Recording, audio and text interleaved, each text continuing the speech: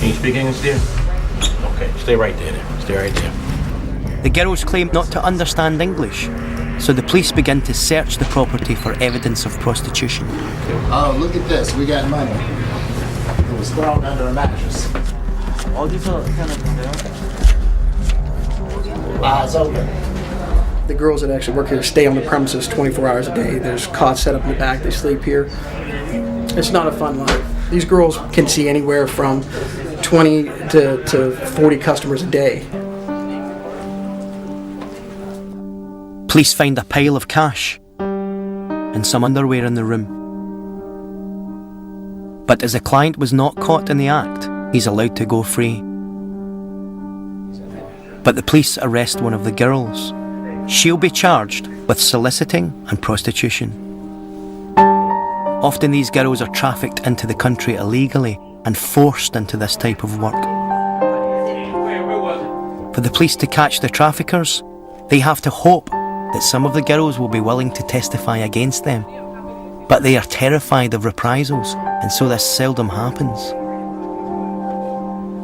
The biggest victims, the ones that always lose, are the girls. Coming up, Donald accompanies local law enforcement as they hunt down a gunman. Anyway, the officers, the FBI, are back to pounds. And discovers how easy it is to buy an AK-47 assault rifle.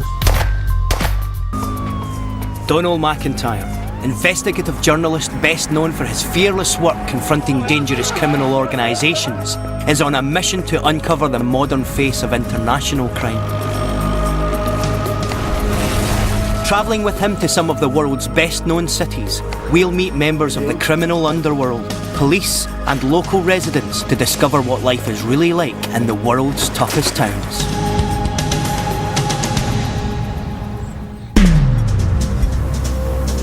Donald's in an American city with one of the highest murder rates in the country. It's everybody killing everybody. A place where politics and big business fuels an illegal trade in sex. And who's buying sex in Washington? Politicians. They got money to spend. Where for many young men, life expectancy is as low as 19. Might have to worry about people shooting you, robbing you, all that stuff. Donald's come to Washington, D.C. to find out what makes it one of the world's toughest towns.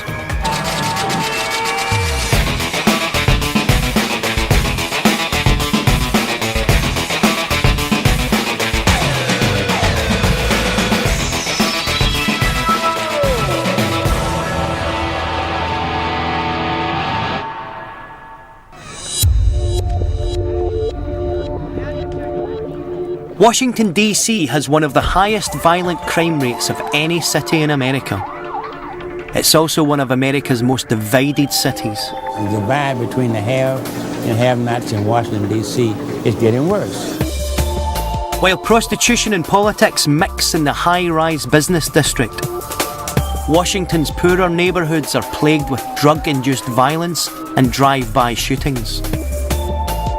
Every day within the shadow of the White House, police are engaged in a constant battle to curb rising crime and remove guns from the streets.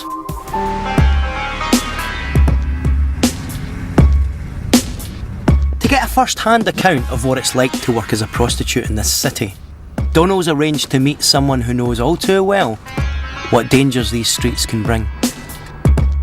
Donna has been a prostitute in DC for the past 20 years. She will only talk to Donald in the presence of her pimp, Eric. Her experience of walking the streets has given her a unique insight into how this city operates. Now, in terms of Washington, is sex big business in Washington? Washington is a sex city. Pussy sells in Washington, without a question. It does. And who's buying sex in Washington? Everybody from the common Joe up to the most high. The politicians, when they want to get away from the business and take the tie off, without a doubt, they got money to spend. But Donna is fully aware of the dangers that her lifestyle exposes her to. I've lost a lot of girlfriends, and the lifestyle like that, you know, and their life was taken from getting in cars and never returning. And you would think that would change my way of living, but it's my way of surviving. These dangers often force prostitutes to work for a pimp. Too often, however, it's the pimps themselves rather than the clients that can pose the biggest threat to the girls. Some pimps run their things on the fear and on the violence, okay? Some of them actually just run them on that, and they say they care, but they don't really care. I mean, it's just the sort of thing where, you know, look, go get me my money. If you don't have my money, bang, bang. This is something that Donna has endured herself. You're not even expecting it. You know, your daddy calls you up and, you know, talk to you, you know, make you feel comfortable and stuff, and then, you know, hit you with, you know, I know that you, I know that you ain't do what you're supposed to do, and then you get some, you know, they call it pimp smack. It's from the backhand. And then after, they'll do that to you. You know, you give oral sex to them, you know, to them, and you fuck them and stuff like that, and then you send you off the street with a busted lip and black eye and stuff. So I know what it's like to be abused.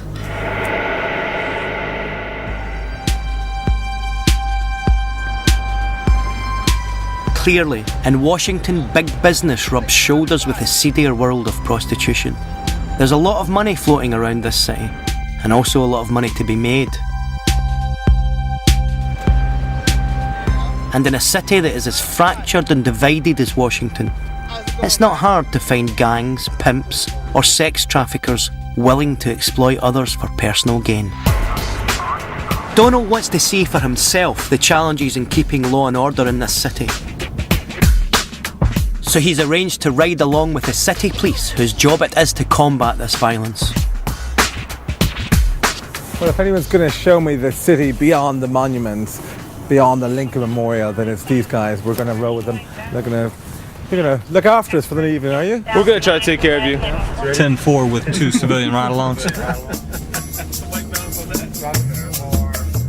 Immediately after leaving the station, we enter an area of Washington that feels very different. Donald's driving through a neighbourhood called Trinidad. It's a run-down inner-city area of Washington, but the monuments up on Capitol Hill and the White House are only a mile away. Despite the short distance from the White House, it seems like a totally different city. So what are the neighbourhoods that give you the most trouble? Well, the neighborhood that we're driving through right now is Trinidad, and it typically was one of our busiest neighborhoods in the whole city. There were times during the summer where it was extremely violent with multiple homicides. Trinidad has one of the highest crime rates in the city. The neighbourhood is afflicted by gun violence. Drive-by shootings plague the area. Earlier in the year, military-style checkpoints were set up to stop and search all vehicles entering Trinidad in an attempt to curb the crime epidemic. For the residents, it made returning home feel like entering a war zone. Trinidad should not be treated like Baghdad. We cannot have that here in Washington, D.C. It was a desperate attempt to curb the murder rate, but the killings continued. And who's killing who? It's everybody killing everybody. And it's kind of ridiculous. You could have a crew of guys that live on this street beefing with a crew of guys that live on this street. They'll go back and forth between the neighborhoods shooting each other. Gang-related murder in DC is one of the highest in the USA. And like everywhere else in America, it's nearly always related to drugs and the fight to control the market. Donald's riding with the patrol when a call comes in from the dispatcher. What's that location, ma'am? And who is attempting to execute a search warrant? FBI. The FBI has requested assistance to arrest a violent gang member who is wanted in relation to a triple shooting. All units in the area are ordered to meet at a nearby secret location. And it's a measure of how serious they're taking this. The FBI have brought maybe 15, 20 heavily armed guys, and the local police force here have brought 6, now 7 patrol cars with more on the way. There's quite a lot of firepower here for one guy. Remember, you always want to go there outgunning your opposition. You always want to be in a superior protective posture compared to what they're in, so that's what we're going for. A call comes through to say the FBI are making their move. The suspect, a notorious gang leader, has been positively identified working in a takeaway pizza joint just a few blocks away. With the suspect's violent history, the police units are here to back up the FBI in case something goes wrong.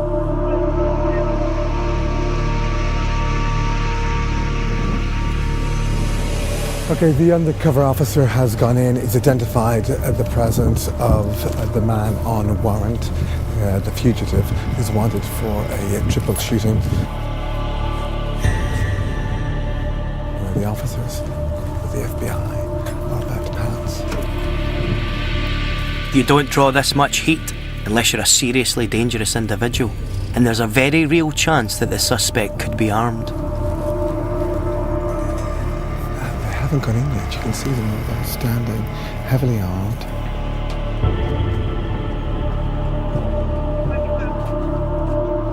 But the suspect soon realises he is outgunned and surrenders. They've got the alleged gang member. He's on the floor. He's been taken by surprise. So it's a pretty safe job all round. The individual's in custody. Without a single shot fired and their man in custody, this has been a successful raid for the FBI. So there are a whole bunch of people coming up for a pizza and just confronted with, half a platoon of Glocks and AK-47s and semi-automatics and the FBI, and they just took a guy down who's wanted for a triple shooting, gang-related, earlier this summer, and he's working in a pizza parlour. Guns are such a big problem in this city that the police have a dedicated gun recovery unit who are tasked with retrieving as many illegal firearms as they can find on the street. It's run by Sergeant Sloan, who has invited us to witness a search of the premises of a suspected drug dealer. We're searching. We have found what we consider a good quantity of narcotics and a firearm and a large quantity of cash. If you bring your film camera over toward me, I don't know if you need any light. There's a large quantity of cocaine there. There's a handgun right here.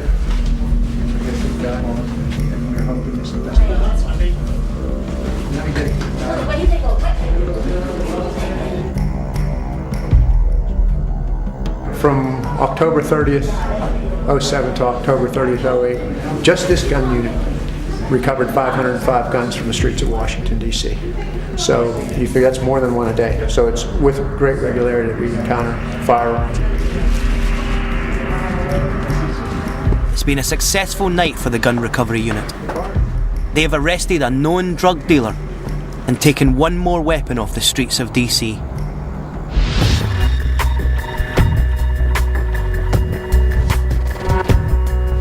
Violent gang-related crime is increasing in areas like Trinidad, and the police are locked in a constant fight against it.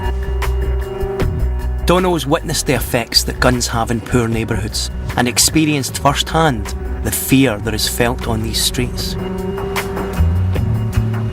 But on occasion, that fear can spread across the entire city, as in the case of the notorious Washington sniper.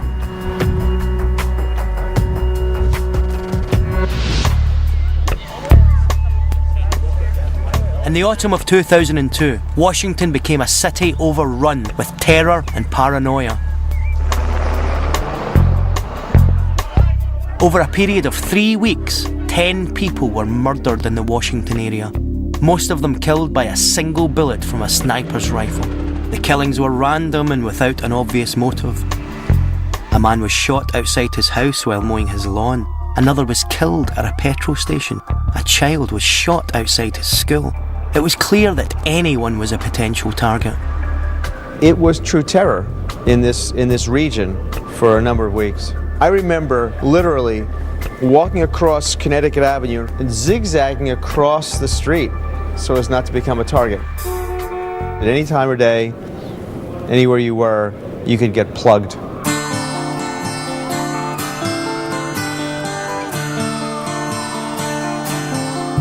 Two men were eventually arrested for the killings.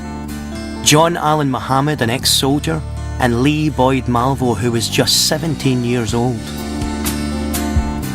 I think from that perspective, Washingtonians were relieved that it was just two lone gunmen. But there was no kind of resolution of, gee whiz, why did this happen? And to this day, I'm not even sure that I could explain to you, or anyone can explain to you, why these two men were actually just shooting people from their car.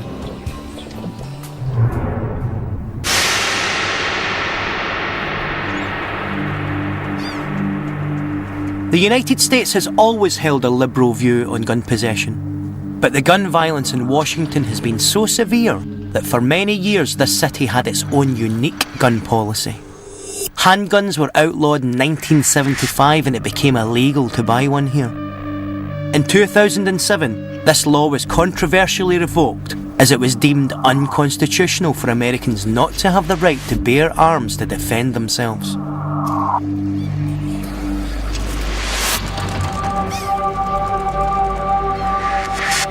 I'm about to go to one of the few places in the outskirts of Washington, D.C. where you can actually buy a gun. And that's because until very recently, when the Supreme Court overturned a ruling, simply you couldn't buy or carry a gun within the precincts of Washington, D.C.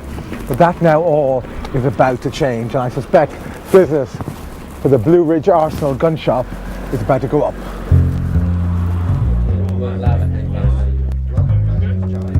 This shop sells an astonishing variety of weapons, from small handguns to fully automatic machine guns. Despite the 32-year ban, Washington was still the murder capital of the USA during the 1990s crack epidemic.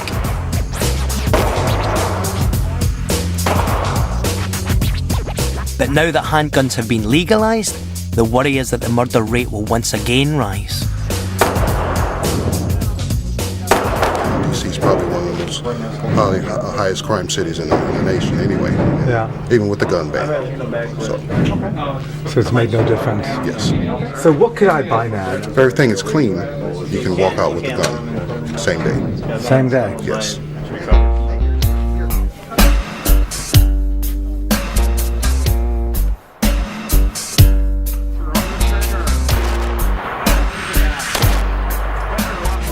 AK-47. It's a great gun. Well, I need to get, with a gun like this, 3 forms of ID, is that correct? 3 forms of ID. Virginia resident, I need to have a clean record, no criminal record, and I need to have the money, and that's it, and then it's mine. It's shocking that in a city working hard to curb its high rates of violent crime, anyone can walk into a shop like this and walk out with an AK-47.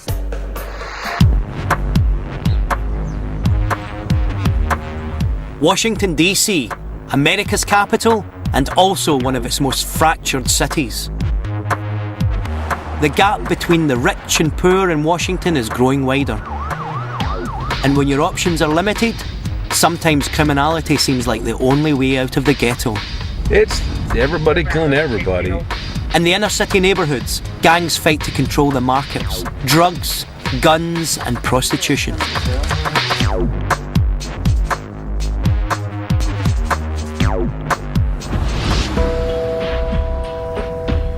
According to official figures, there are over 170 gangs in DC, with an estimated 3,000 gang members, many of whom are second or third generation.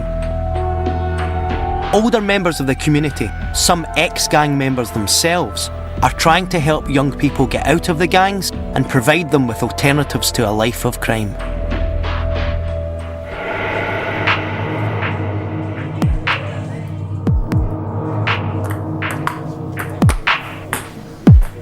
This is a group called Ceasefire, which is run to try and keep young men out of gang activity. And it's not run by other young men, it's actually run by the elders of the community, guys who spent a lot of time on the streets and some of them a lot of time in jail. And that's how they garner a bit of respect with the youth.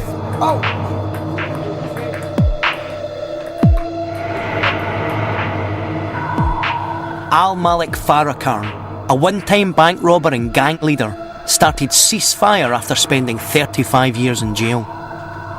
He tells Dono that guns were an issue in DC even back when he was running the streets. Gunplay started with us. It did start with us. It wasn't as readily, but we had many gun battles right out here. We always had gangs, but we wasn't, man, we was pop, pop, pop, getting it up. Occasionally, we get our man, but he had to do something so bad that he deserved to fucking die. Today, they would kill you because you just looked at them wrong. But it was while Malik was in prison that he decided that something had to change. Watching the youngins come in, they were lost, man, not coming in the way we came in, as men in the penal system and staying as men, but lost. They was snitching, they was telling, I mean, they were killing one another. So I said, wait a minute, I gotta start something to give them self-esteem back. To teach them, man, that this is Willie Lynch is a move to make you be enemies of one another when he's really not your enemy. He look just like you. He got nothing just like you ain't got. He's oppressed just like you. So this was the birth of Ceasefire. Man, I'd been smacked out the wheelchair. I had a Uzi stuck in my mouth, but the one that smacked me out the wheelchair became a hell of a Ceasefire member. The one that stuck the Uzi in there became a hell of a Ceasefire member.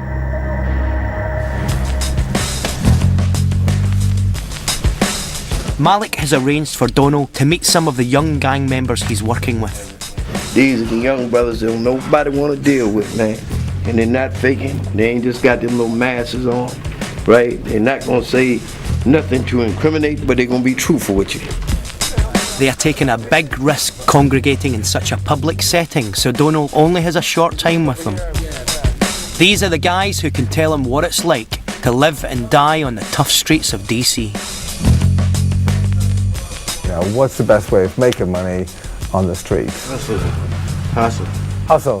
Okay, what are you hustling? Is it girls? Is it could be anything. Anything, Man. You can hustle anything. Drugs. You can do it. Anything to get money, you know. If you want to get an AK-47 or something, would that be difficult? That's easy, man. We can get that before we can get a job out here. Like, that's nothing. That ain't nothing. You can get that now. Living by these rules is not a game. The average life expectancy of a gang member in America is just 19. And what was the last funeral you guys went to? Oh, that was last week. Saturday. And what happened? Who died? Oh, one buddy. Yeah, one of our close friends got shot. You must feel that, if one of your mates dies, that it could be you next. Yeah, like, oh yeah. We think, might not make it a couple more years, 2-3 more years. I might have a feeling like I won't be here. I might be here for a couple more weeks or months. Some people feel that way. Some people say that DC has improved and it's a different kind of DC. And it's safer for everybody in the streets now. But is that true for you guys? It's safer for like tours and all that. Like, but where we live at, no, it ain't too safe. If you gotta look around your back every 5 seconds, look at every moving car to make sure nothing ain't happening. No, it ain't too safe. You might have to worry about people shooting you, robbing you, snitches, all that stuff.